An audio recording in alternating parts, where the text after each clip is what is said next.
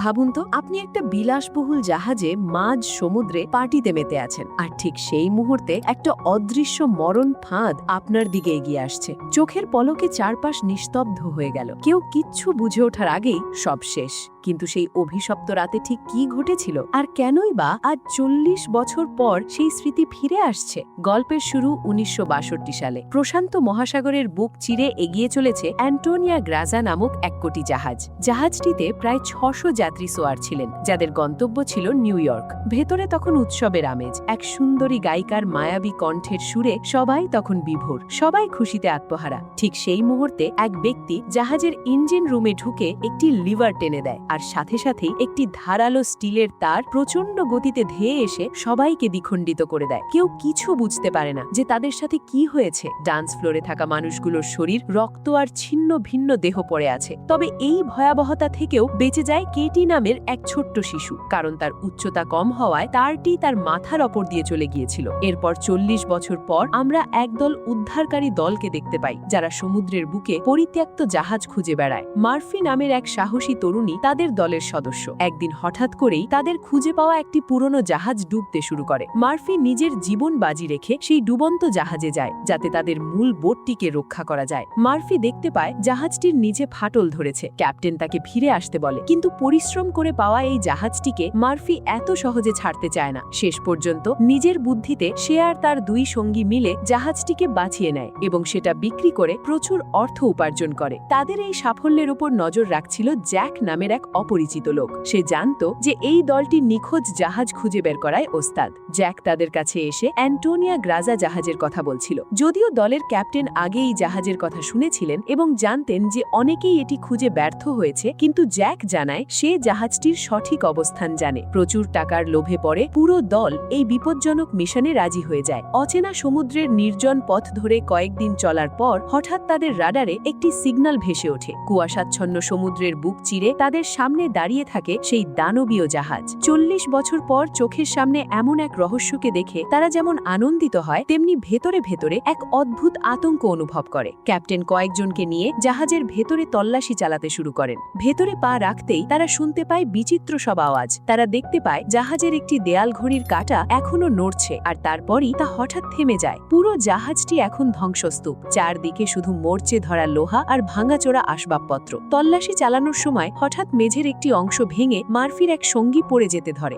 আর ঠিক তখনই মার্ফি তাকে বাঁচাতে গিয়ে নিচে এক কিশোরী মেয়েকে দেখতে পায়। অবাক করার বিষয় হলো 40 বছর আগের সেই কেটির চেহারার সাথে এই মেয়েটির হুবহু মিল। তার মানে এটি কেটির অশরীরী আত্মা। মার্ফি আবার তাকাতেই মেয়েটি আঁধারে মিলিয়ে যায়। ভয়ে মার্ফি কুঁকড়ে গেলেও তারা অনুসন্ধান চালিয়ে যায় এবং জাহাজের মেইন কেবিনে তারা একটি আধুনিক ডিজিটাল ঘড়ি পায়। অথচ 40 বছর আগে এমন ঘড়ির কোনো অস্তিত্বই ছিল না। তার মানে তাদের আগেও কেউ এখানে এসেছিল, কিন্তু তারা কোথায় গেল? এদিকে পরদিন সকালে তারা দেখে জাহাজটিতে আবার বড়সড় ফাটল দেখা দিয়েছে এবং তা ধীরে ধীরে ডুবতে শুরু করেছে। ক্যাপ্টেন সিদ্ধান্ত নেন যে আগে জাহাজের ফাটল মেরামত করতে হবে এবং ভেতরের পানি বের করতে হবে। সবাই যখন কাজে ব্যস্ত, মার্ফি তখন জাহাজের একটি পরিত্যক্ত সুইমিং পুলের কাছে পৌঁছায়। সেখানে সে অসংখ্য গুলির দাগ দেখতে পায়। ঠিক সেই সময় আবার সেই মেয়েটি তার চোখের সামনে ভেসে ওঠে। প্রচন্ড আতঙ্কে মার্ফি সুইমিং পুলের ভেতর পড়ে যায় এবং তার মাথায় আঘাত লেগে রক্তক্ষরণ শুরু হয়। কিন্তু অলৌকিকভাবে সেই সুইমিং পুল মার্ফির সমস্ত রক্ত শুষে নিতে থাকে।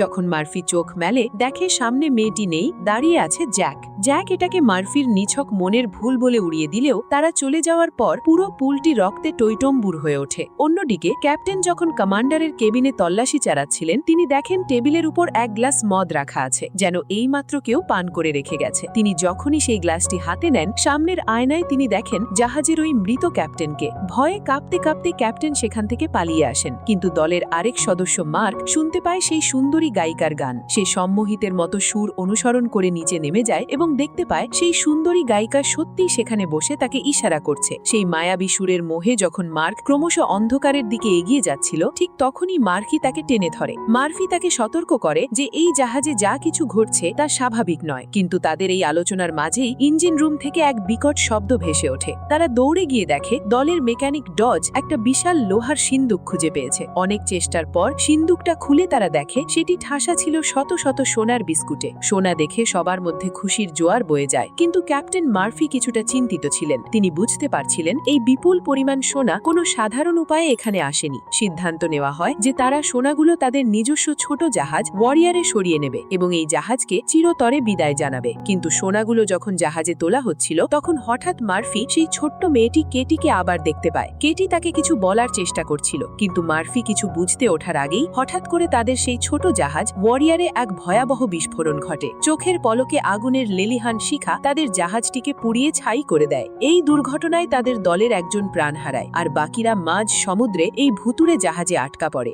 সবাই যখন শোকে পাথর, তখন হঠাৎ মার্ফি লক্ষ্য করে যে তাদের দলের প্রধান ক্যাপ্টেন যেন স্বাভাবিক নয়। তিনি একা একাই বিড়বিড় করছেন আর শূন্যে তাকিয়ে হাসছেন। আসলে সেই অভিশপ্ত জাহাজের ক্যাপ্টেনের আত্মা তাকে ভর করেছে। মার্ফি তাকে শান্ত করার চেষ্টা করলেও তিনি নিয়ন্ত্রণের বাইরে চলে যান। এক পর্যায়ে মার্ফি বুঝতে পারে এই জাহাজে যারা মারা গিয়েছিল তাদের প্রত্যেকের আত্মা এখানে বন্দী হয়ে আছে, আর এই বন্দিত্বের পেছনে লুকিয়ে আছে এক বিভৎস ষড়যন্ত্র। এদিকে ডজ আর গ্রিয়ার যখন জাহাজের ফাটল সারানোর চেষ্টা করছিল, তখন গ্রিয়ার আবার সেই মায়াবী গায়িকার কণ্ঠ শুনতে পেয়ে তার পিছু পিছু হাঁটতে শুরু করে। কিন্তু মুহূর্তের মধ্যেই সেই সুন্দর চেহারা বদলে গিয়ে এক বিভৎস রূপ ধারণ করে এবং সে গ্রিয়ারকে উঁচু থেকে নিচে ফেলে দেয়। ওদিকে মার্কি সিদ্ধান্ত নেয় যেভাবেই হোক কেটির আত্মার সাথে যোগাযোগ করবে। সে কেটির কেবিনে ফিরে যায় এবং সেখানে থাকা একটি পুরনো পুতুলের গায়ে হাত দিতেই তার সামনে অতীতের সেই ভয়াবহ দৃশ্যগুলো ফ্ল্যাশব্যাকে ভেসে ওঠে। মার্ফি দেখতে পায় 1962 সালের সেই রাতে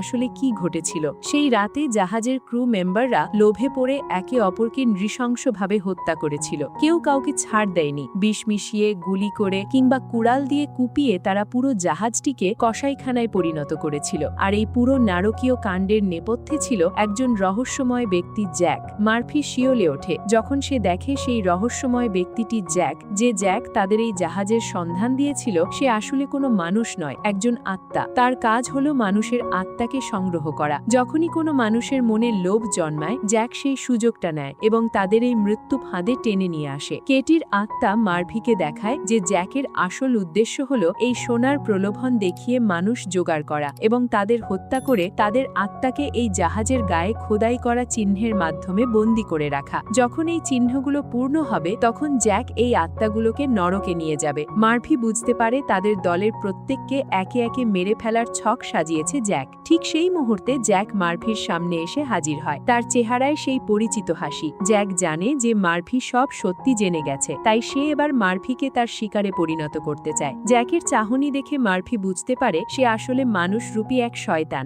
জ্যাক কোনো রাগঢাক না রেখে স্বীকার করে যে সে কোনো উদ্ধারকারী নয়। তার আসল কাজ হলো পৃথিবীর বিভিন্ন প্রান্ত থেকে পথভ্রষ্ট এবং লোভী আত্মাদের সংগ্রহ করে এই অভিশপ্ত জাহাজে বন্দী করা। যখনই এই জাহাজের ধারণ ক্ষমতা অনুযায়ী আত্মা পূর্ণ হয়ে যায় তখনই সে এগুলোকে তার মালিকের কাছে পৌঁছে দেয়। মার্ফি অবাক হয়ে দেখে জ্যাকের শরীরে গুলির আঘাত লাগলেও তার কিছুই হচ্ছে না, কারণ সে অনেক আগেই মারা গেছে এবং নরকের এক বিশেষ মিশন নিয়ে পৃথিবীতে ঘুরে বেড়াচ্ছে। কেটি তাকে একটি গোপন পথের সন্ধান দেয়, যার সরাসরি জাহাজের নিচের স্তরের সেই স্টোর রুমে যায় যেখানে প্রচুর পরিমাণে বিস্ফোরক রাখা ছিল। মার্ফি বুঝতে পারে এই শয়তানকে থামানোর একমাত্র উপায় হলো এই আস্ত অভিশপ্ত জাহাজটাকে মাঝ সমুদ্রে উড়িয়ে দেওয়া। যদি জাহাজটি ধ্বংস হয়ে যায় তবে জ্যাকের তৈরি এই জেলখানাও ভেঙে পড়বে। মার্ফি যখন বিস্ফোরকগুলো সেট করতে ব্যস্ত, ঠিক তখনই জ্যাক সেখানে এসে হাজির হয়। জ্যাক তাকে প্রলুব্ধ করার চেষ্টা করে, বলে যে মার্ফি যদি তার সাথে যোগ দেয় তবে সে অমরত্ব পাবে এবং পৃথিবীর সমস্ত ঐশ্বর্য তার পায়ের নিচে থাকবে। কিন্তু মার্ফি ততক্ষণে জীবন মৃত্যুর ঊর্ধ্বে চলে গেছে। সে জানে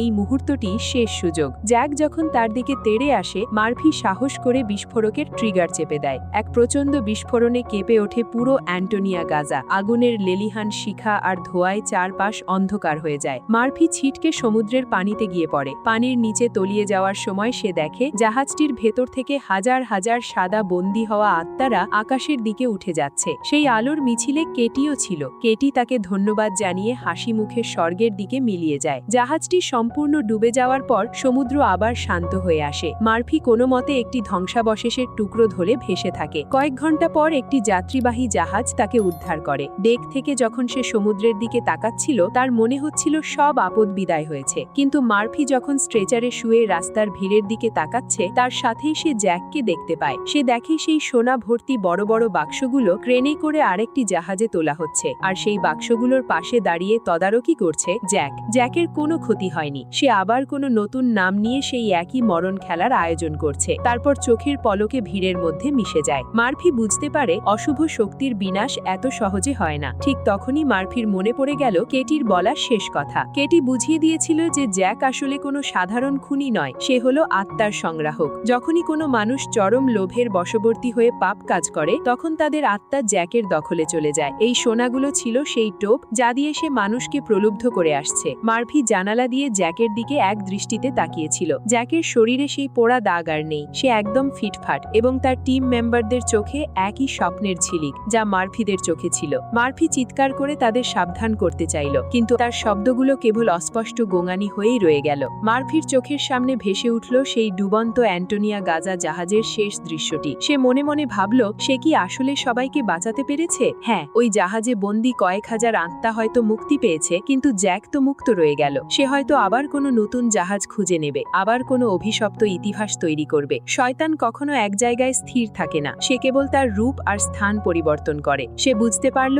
এই লড়াইটা হয়তো শেষ হয়েও হলো না। মার্ফি চোখ বন্ধ করে ফেলল। তার কানে তখনও বাজছে সেই ছোট্ট কেটির হাসি আর সেই সুন্দরী গায়িকা ফ্রান্সেস্কার অভিশপ্ত সুর। গল্পের শেষে এসে আমরা এটাই শিখি যে অতি লোভ মানুষকে খাদের কিনারে নিয়ে দাঁড় করায়। জাহাজের সেই যাত্রীরা সবাই কোথাও না কোথাও লোভের কাছে হার মেনেছিল, আর সেই সুযোগটাই নিয়েছিল জ্যাক। এই গল্পের ইতি এখানেই। জীবনের প্রতিটা ধাপে সাবধান থাকবেন। দেখা হবে পরের কোনো এক দুর্দান্ত গল্পে। আর হ্যাঁ, আমাদের সিনেবাড়ি চ্যানেলটি সাবস্ক্রাইব করতে ভুলবেন না। সুস্থ থাকুন, সাবধানে থাকুন। আল্লাহ হাফেজ।